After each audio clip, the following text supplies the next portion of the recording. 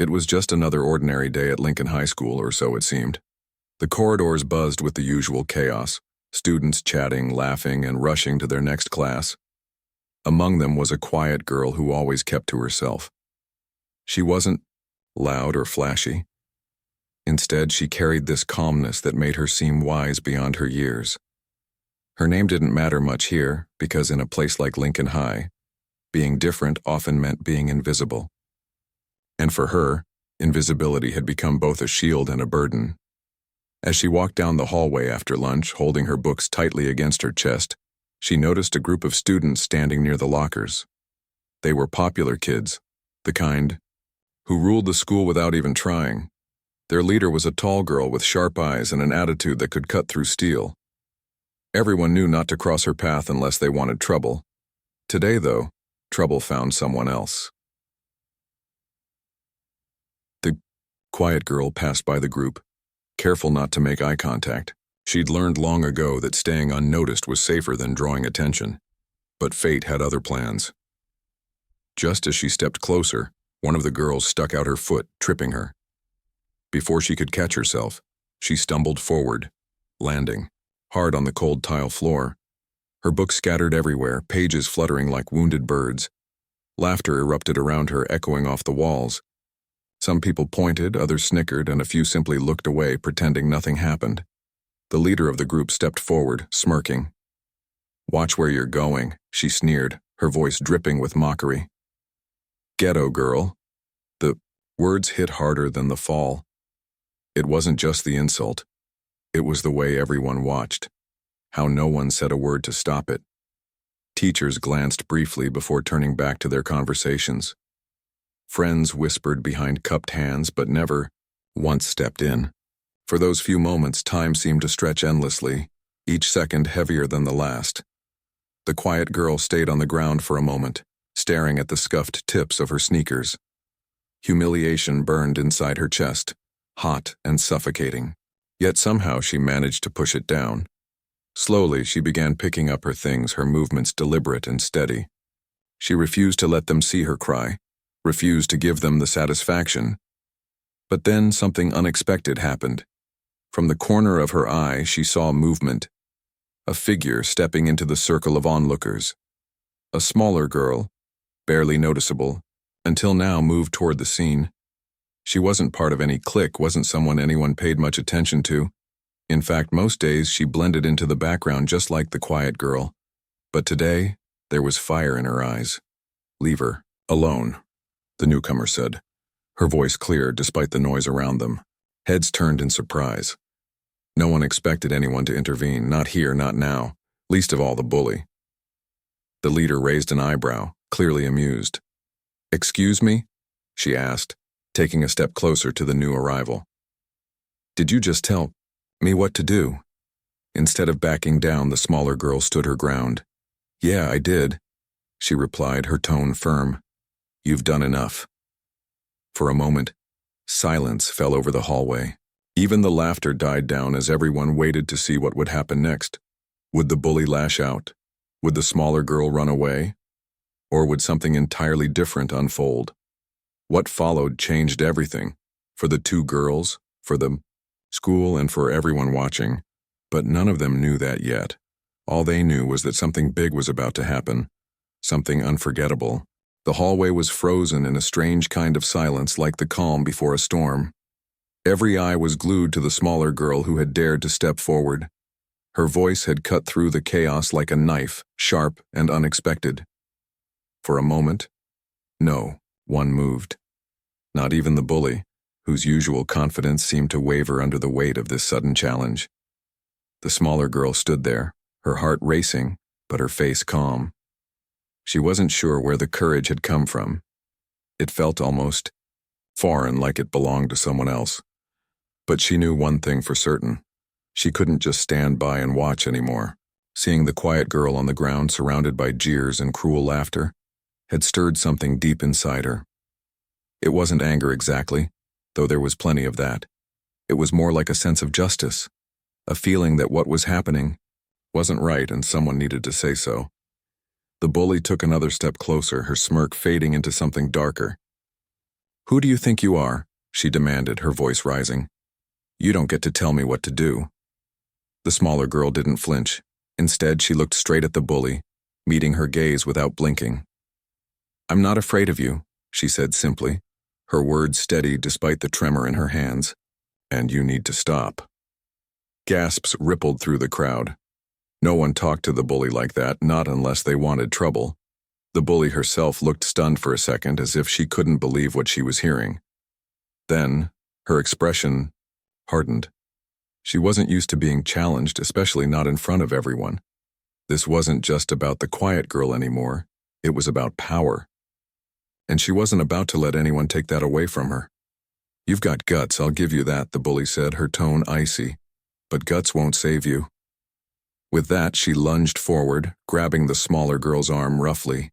"Let's see how brave you are when I—" She didn't finish her sentence. Before anyone could react, the smaller girl twisted her arm free with surprising strength.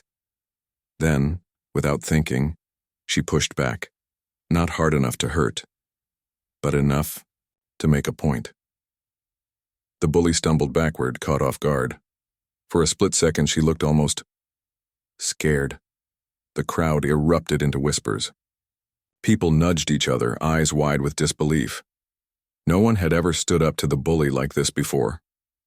Some students cheered quietly, while others exchanged nervous glances, unsure whether to applaud or run for cover. Even the teachers lingering nearby seemed frozen, unsure how to handle the situation. Meanwhile, the quiet girl watched from the sidelines, still clutching her books. She hadn't expected anyone to defend her. Not here, not now.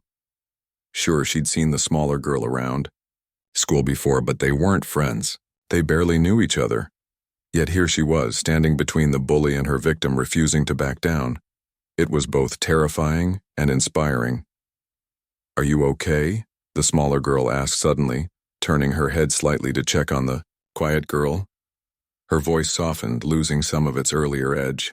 There was genuine concern in her eyes, a kindness that made the quiet girl feel seen for the first time in ages. "I'm fine," the quiet girl replied quietly, though her voice betrayed a hint of emotion. She wanted to say more, to thank her, maybe, but the words wouldn't come. Instead, she nodded, letting the gesture speak for itself. The bully, meanwhile, was regrouping. Humiliation burned in her cheeks, visible even from across the hallway. She hated looking weak, hated being made a fool of in front of everyone. Slowly, a sneer crept back onto her face. "This isn't over," she hissed, pointing a finger at the smaller girl. "You're going to regret this." Without another word, she turned and stormed off, her posse trailing behind her like loyal soldiers. The tension in the hallway began to ease, though the memory of what had just happened lingered in the air like smoke. For a few moments, no one spoke. Then slowly, people started to disperse, heading back to their classes or whispering excitedly about what they'd witnessed. Some approached the smaller girl, offering hesitant congratulations. Others avoided her altogether, afraid of getting caught in the crossfire. As the crowd thinned out, the smaller girl let out a shaky breath she hadn't realized she'd been holding. Only now did the reality of what she'd done sink in. She'd stood up to the most feared person in school, and somehow she'd survived. But survival came with consequences, and she knew the bully wouldn't forget this anytime soon. The quiet girl stepped closer, breaking the spell of silence. "Thank you," she said softly, her voice barely above a whisper. "You didn't have to do that." The smaller girl shrugged, trying to play it cool, but there was a flicker of pride in her eyes. "Yeah, well, someone had to." Neither of them knew it yet, but this moment would change everything for both of them. The rest of the day felt like walking on eggshells for both girls. Word spread quickly through Lincoln High, how the quiet girl had been knocked down, how the smaller girl had stepped in, and how the bully had backed off, at least for a moment. By the time the last bell rang, it seemed like everyone knew something about what had happened. Some students whispered behind cupped hands, others stared openly, and a few even approached the two girls to offer their thoughts. For the smaller, girl, this newfound attention was overwhelming. She wasn't used to being noticed, let alone talked about. Normally, she preferred blending into the background, staying out of drama and conflict. But now, she couldn't escape it. Everywhere she went, people wanted to know why she'd done what she did. Was it bravery, anger, or had she just snapped under pressure? At first, she tried to brush it off. "I didn't think about it," she told anyone who asked. "It just happened." But deep down, she knew that wasn't entirely true. Something inside her had shifted during those tense moments in the hallway. Maybe it was seeing the quiet girl on the ground surrounded by cruel laughter. Or maybe it was remembering all the times she herself had stayed silent when someone else needed help. Whatever it was, it had pushed her to act. And now there was no going back. As for the quiet girl, she found herself caught between gratitude and guilt. She appreciated what the smaller girl had done, how could she not?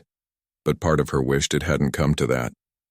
Standing up to the bully meant putting yourself in the line of fire, and she hated the thought of anyone getting hurt because of her. Still, she couldn't deny the sense of relief that came with knowing she wasn't alone anymore. For years, she'd carried the weight of prejudice and bullying silently, thinking no one cared. Now someone had proven her wrong. By the end of the school day, rumors were swirling faster than either girl could keep up with them. Some students praised the smaller girl as a hero, while others dismissed her actions as reckless or attention-seeking. A few even speculated that the whole thing had been staged, a ploy for sympathy or social status. The quiet girl heard some of these whispers as she walked to her locker after class. They stung, but she tried to ignore them, reminding herself that not everyone would understand. What neither girl expected was how much backlash they'd face from certain corners of the school. The bully, humiliated and furious, wasted no time, plotting her revenge. Within hours, she'd rallied her friends to isolate the smaller girl socially. Whisper campaigns began circulating, painting her as unstable or jealous. Even teachers seemed reluctant to get involved, brushing off complaints about harassment with vague promises to look into it. Despite the growing tension, the two girls found themselves drawn together. The next morning, they ran into each other near the cafeteria. It was an awkward encounter at first, both unsure of what to say, but eventually the smaller girl broke the ice. "How are you holding up?" she asked, her tone casual but laced with concern. The quiet girl hesitated, then shrugged. "Okay, I guess. People are talking, though." "Yeah, same here," the smaller girl admitted with a wry smile. "Apparently I'm either a saint or completely insane. Haven't decided which yet." That got a small laugh out of the quiet girl, easing some of the tension. For a brief moment, it felt like things might actually be okay. But reality quickly set in again when a group of students passed by, glaring at them before hurrying away. "It's not fair," the quiet girl muttered, her voice low. "You didn't have to do any of this, now you're paying the price." The smaller girl shook her head firmly. "No one deserves to be treated like that, not you, not anyone. If I hadn't said something, I'd feel worse than I do now." Her words hung in the air, simple but powerful. The quiet girl studied her for a moment, seeing a strength she hadn't noticed before. It wasn't loud or flashy. It was quiet, steady, and real. And for the first time in a long while, she felt a flicker of hope. But hope wasn't enough to shield them from what was coming. Over the next few days, life at Lincoln High became increasingly difficult. The bullies' retaliation escalated, targeting both girls in subtle and not so subtle ways. Notes appeared in lockers, nasty comments popped up online, and even innocent interactions were twisted into something malicious. The stress weighed heavily on both of them, testing their resolve and pushing them to their limits. Through it all, though they leaned on each other, slowly, tentatively, a friendship began to form, one built on shared struggles and mutual respect. Neither girl pretended it was easy. Some days it felt downright impossible. But they kept showing up for each other, proving that courage isn't always about grand gestures. Sometimes it's about sticking around when everything feels like it's falling apart. And as the weeks went on, they started to realize something important. They weren't just fighting for themselves anymore. Their stand against the bully had sparked conversations throughout the school about fairness, kindness, and standing up for what's right. Teachers began addressing issues of bullying more openly in class discussions. Students who had once stayed silent found the courage to speak out about their own experiences. Change was slow, messy, and far from perfect, but it was happening. For the two girls, it was proof that even small acts of bravery can ripple outward, touching lives in ways you never expect. They may have started out as unlikely allies, but together they were becoming something greater, a force for good in a world that often felt dark and divided. Neither of them knew exactly where this journey would lead, but one thing was clear: they weren't backing down anytime soon. The days that followed were anything but ordinary. The school buzzed with a mix of excitement, fear, and confusion. Everyone had an opinion about what had happened in the hallway, what the smaller girl had done, how the bully had reacted, and where it would all lead. For the two girls at the center of it, life became a balancing act between standing their ground and dealing with the fallout. For the smaller girl, every step through the hallways felt like walking into a minefield. Whispers trailed her wherever she went. Some students gave her nods of approval, while others shot her dirty looks or muttered under their breath. Friends who used to sit with her at lunch suddenly found reasons to avoid her. Even teachers seemed unsure how to handle her. One day during math class, she raised her hand to answer a question, only for the teacher to ignore her completely. It wasn't subtle. It was deliberate. She could feel the sting of exclusion creeping into every corner of her life. But the worst part wasn't the isolation. It was the rumors. By the end of the week, half the school believed she'd stepped in because she wanted attention. The other half thought she was jealous of the bully's popularity. Neither story was true, but that didn't stop people from spreading them. Every time she heard someone whispering behind her back, she clenched her fists and reminded herself why she'd done it. She hadn't acted for fame or revenge. She'd acted because it was the right thing to do. Still, the constant negativity wore her down. The quiet girl wasn't spared either. Though she hadn't been directly involved in the confrontation, she quickly became a target too. The bully made sure of that. Notes started appearing in her locker. Short, cruel messages designed to hurt. "Stay out of my way" was one. "No one likes you anyway" was another. At first, she tried ignoring them, stuffing the notes into her bag without reading them. But they kept coming, each one more vicious than the last. Eventually, she stopped opening her locker altogether, carrying her books around instead. Online wasn't any better. Someone created an anonymous account and posted screenshots of old photos of her, mocking her clothes and hairstyle. Comments piled up beneath the posts, some supportive but many cruel. One comment stood out: "Why don't you just leave?" It hit her hard. Not because it was original, but because it echoed something she'd often asked herself. Why was she still here? Why put up with all this when leaving seemed so much easier? Despite the growing pressure, neither girl backed down. They leaned on each other more than ever, finding strength in their shared struggle. During breaks between classes, they'd meet near the library, away from prying eyes, and talk about everything: the good, the bad, and the ugly. Sometimes they laughed, sharing stories from their childhoods or imagining wild scenarios for revenge, though neither of them seriously considered acting on them. Other times they cried, letting out the frustration and pain they couldn't show anyone else. One afternoon, as they sat on a bench outside the cafeteria, the smaller girl broke the silence. "Do you ever wish we'd never met?" she asked, her voice soft but serious. The quiet girl looked at her, startled. "What? No. Why would I think that?" "I don't know," the smaller boy admitted, picking at a loose thread on her sleeve. I keep thinking maybe I made things worse for you. If I hadn't stepped in, none of this would have happened." The quiet girl shook her head firmly. "You didn't make things worse. You made me realize I'm not alone. Before, I thought no one cared. Now I know they do, even if it's just you." Her words hung in the air, simple but profound. The smaller girl felt a lump rise in her throat. She'd spent so much time worrying about whether she'd done the right thing, but hearing those words made her feel like maybe, just maybe, she had. Still, the tension in the school continued to build. The bully wasn't done yet. If anything, she was angrier than ever. Her attempts to isolate the two girls weren't working as well as she'd hoped, so she decided to take things up a notch. During gym class one day, she cornered the quiet girl in the locker room. "You think you're safe hiding behind your little friend?" She sneered, her voice low and menacing. "This isn't over." The quiet girl froze, her heart pounding. She wanted to say something, anything, but the words stuck in her throat. Thankfully, the smaller girl walked in just then, interrupting the moment. Without hesitation, she stepped between them, glaring at the bully. "Leave her alone," she said, her voice steady, despite the adrenaline coursing through her veins.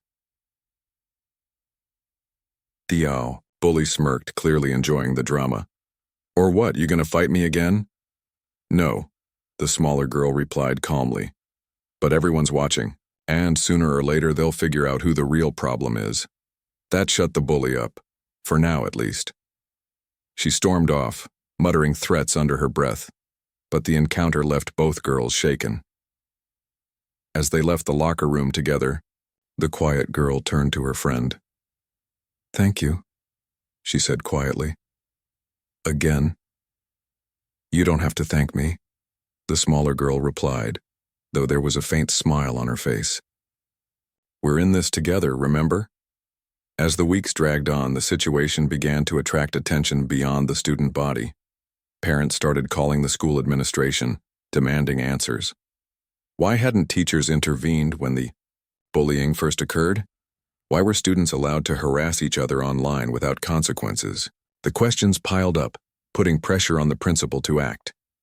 In response, the school announced plans for an assembly focused on diversity, inclusion, and anti-bullying initiatives. Both girls were invited to speak, though neither was thrilled about the idea. Public speaking wasn't exactly their strong suit, and the thought of addressing the entire school filled them with dread.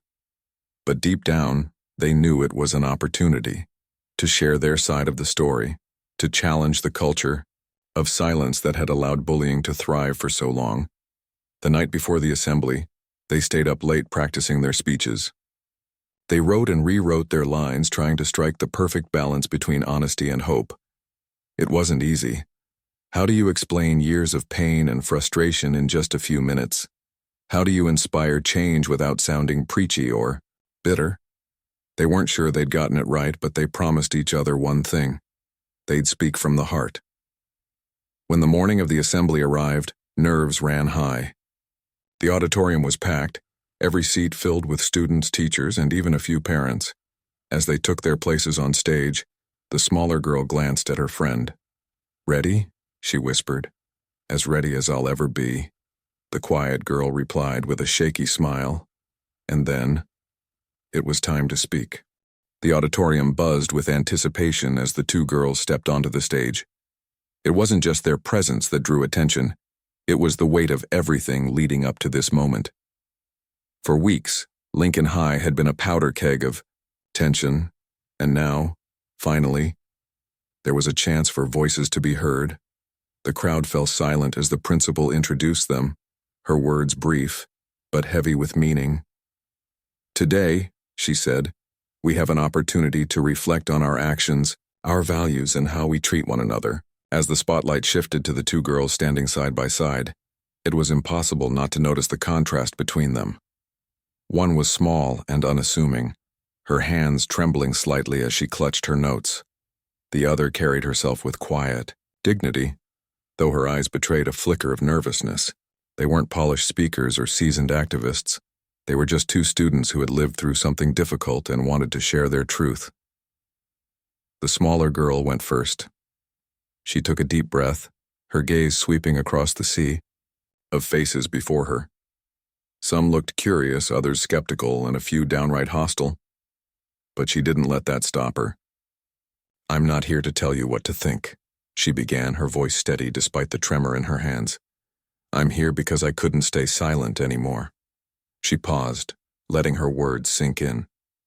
Then she continued, speaking slowly and deliberately. "For years I watched things happen, things that weren't right, people getting hurt, ignored, pushed aside, and every time I told myself someone else would step in, Someone braver, stronger, better than me. But eventually, I realized something. If no one else is going to speak up, then maybe it has to be us. Her voice cracked slightly as she recounted the hallway incident, the tripping, the laughter, the cruelty, and how she'd felt compelled to intervene. It wasn't about being brave, she admitted, shaking her head. It was about doing what was right. Because when you see someone being treated unfairly, staying quiet doesn't make you neutral, it makes you part of the problem. A ripple of murmurs swept through the audience, some nodding in agreement while others shifted uncomfortably in their seats. The bully sat near the back, arms crossed, glaring at the stage. But even she couldn't deny the raw honesty in the smaller girl's words. When it was the quiet girl's turn to speak, the atmosphere shifted again. Where the smaller girl's tone had been fiery and passionate, hers was softer, more reflective. She held the microphone tightly, her knuckles white against its surface. "I've spent most of my life trying to blend in," she began, her voice barely above a whisper. "Trying to avoid drawing attention to myself. Because when you're different, when you don't fit in, it feels safer to stay invisible." She hesitated, glancing at the smaller girl beside her. "But invisibility comes at a cost. You start believing that your voice doesn't matter, that no one will listen, even if you do speak up." Her voice grew stronger as she spoke, her words gaining momentum. "What happened to me wasn't unique. It happens all the time in this school and others everywhere. People get bullied, humiliated, silenced, and too often nothing changes because no one wants to take a stand." Her admission struck a chord with many in the audience. Heads nodded, tears welled up in some eyes, and a few students exchanged meaningful looks. She wasn't just talking about herself, she was giving voice to everyone who had ever felt powerless. "But something changed for me," she continued, her gaze locking onto the smaller girl. "Someone stood up for me when I couldn't stand up for myself. And that made me realize something important. None of us are truly alone. We all have the power to make a difference, if we're willing to use it." The applause that followed was spontaneous and heartfelt. Students rose to their feet, clapping and cheering while teachers wiped away tears. Even those who had doubted the two girls found themselves moved by their courage and sincerity. For the first time in a long while, the auditorium felt united. Not divided by cliques or rumors, but brought together by shared humanity. After the assembly, the impact rippled outward like waves on a pond. Conversations erupted in classrooms, hallways, and cafeterias. Some students approached the two girls directly, thanking them for their honesty and vowing to do better. Others formed small groups to discuss ways they could support one another and combat bullying within the school. Teachers, inspired by the speeches, began incorporating discussions about empathy, kindness, and inclusion into their lessons. Even the administration took action. New policies were implemented to address bullying more effectively, including stricter consequences for harassment and mandatory training sessions for staff and students alike. Anonymous reporting systems were set up so victims could seek help without fear of retaliation. Slowly but surely, change began to take root. Of course, not everyone was happy about it. The bully and her inner circle doubled down on their anger, spreading more rumors and attempting to rally others to their cause. But their efforts fell flat. More and more students started calling out bad behavior when they saw it, refusing to let negativity go unchecked.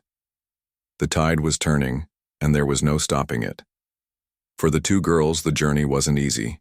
They still faced challenges, days when the weight of everything felt unbearable, moments when doubt crept in. But they also discovered a strength they hadn't known they possessed. Together they became a symbol of hope, not just for themselves, but for anyone who had ever felt unheard or unseen.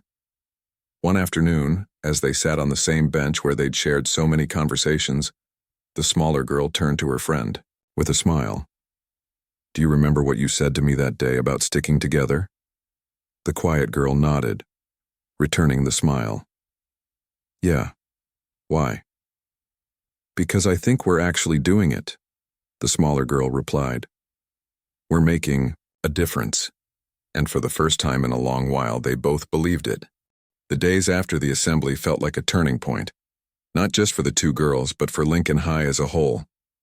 Change didn't happen overnight, of course. It never does. But there were small, noticeable shifts that made it clear something was different. Conversations that once revolved around gossip or who was in and who was out began to focus on bigger things: kindness, fairness, and standing up for what's right. Students started paying closer attention to how they treated one another, realizing that even small actions could have a big impact. For the smaller girl, life became less about surviving and more about thriving. The whispers in the hallways didn't disappear completely, but they softened. Some students who had once avoided her now approached her with shy smiles, thanking her for speaking up. Others invited her to join study groups or sit with them at lunch. She wasn't sure if she'd ever fully fit into any particular group, and honestly, she didn't care anymore. What mattered was that she'd found her place, not because of popularity or status, but because of authenticity. People respected her for being real, for refusing to back down when it mattered most. The quiet girl noticed changes too, though hers came more gradually. At first, she still carried her books around instead of using her locker, wary of finding another cruel note inside. But over time, those notes stopped appearing altogether. Instead, she started receiving encouraging messages, anonymous ones at first, then signed by classmates she barely knew. One read, "You're stronger than you think. Keep going." Another said simply, "Thank you for reminding us we can be better." Teachers also played a role in fostering this new atmosphere. Inspired by the assembly, some began incorporating lessons on empathy and inclusion into their classes. In English, students analyzed novels through the lens of social justice. In history, they discussed movements led by ordinary people fighting for change. Even gym teachers got involved, organizing team-building exercises designed to break down barriers between cliques. Slowly, the school culture began to shift, from one of division and indifference to one of connection and responsibility. But perhaps the most surprising change came from unexpected places. A few weeks after the assembly, a student council meeting turned into an impromptu brainstorming session about ways to improve the school environment. Ideas poured in from all corners of the room: creating a peer support group for victims of bullying, hosting workshops on conflict resolution, even starting a mural project to celebrate diversity. By the end of the meeting, everyone had volunteered to take part in making these ideas a reality. One idea quickly gained traction: a kindness wall near the main entrance where students could leave positive notes for each other.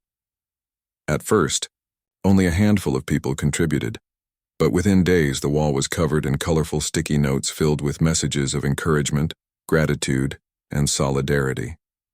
Someone wrote, "You're not alone." Another added, "Your voice matters."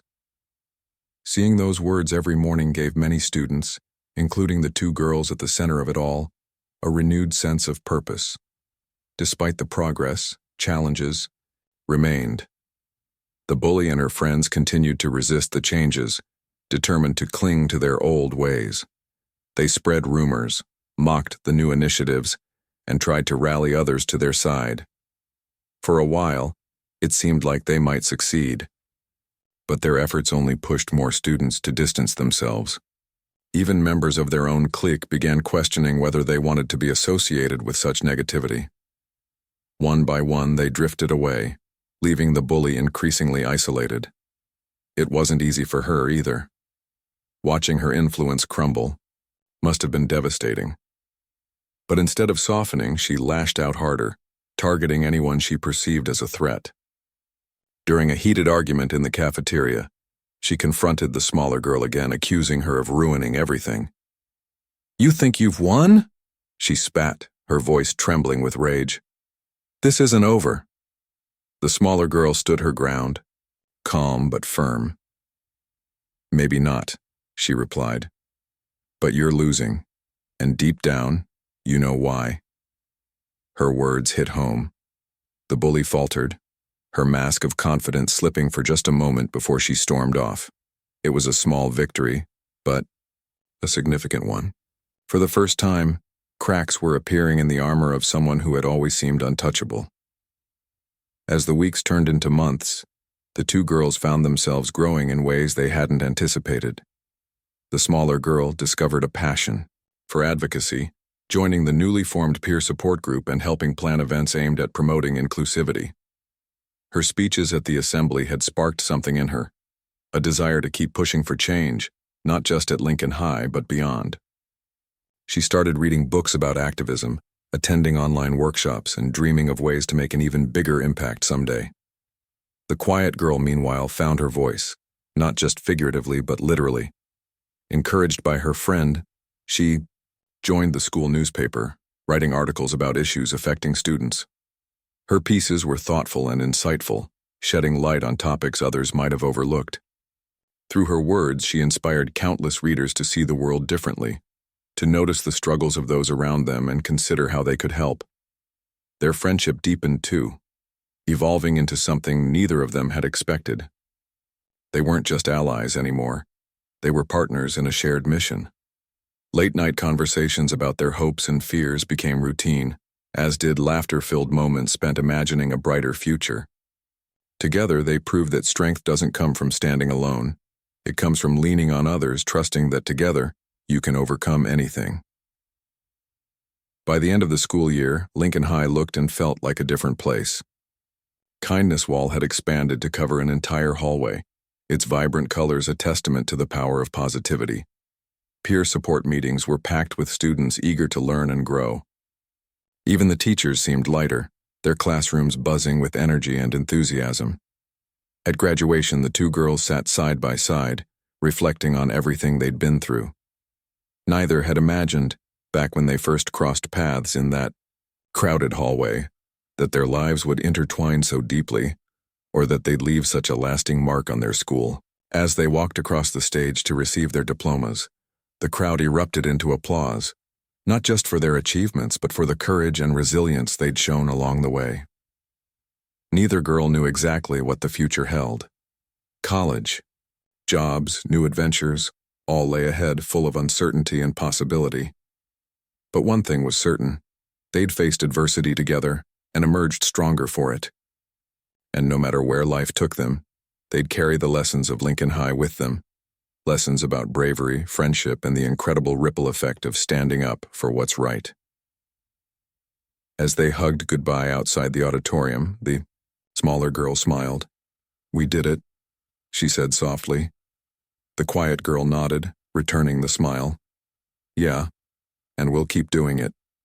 Together, they stepped into the unknown, ready to face whatever came next.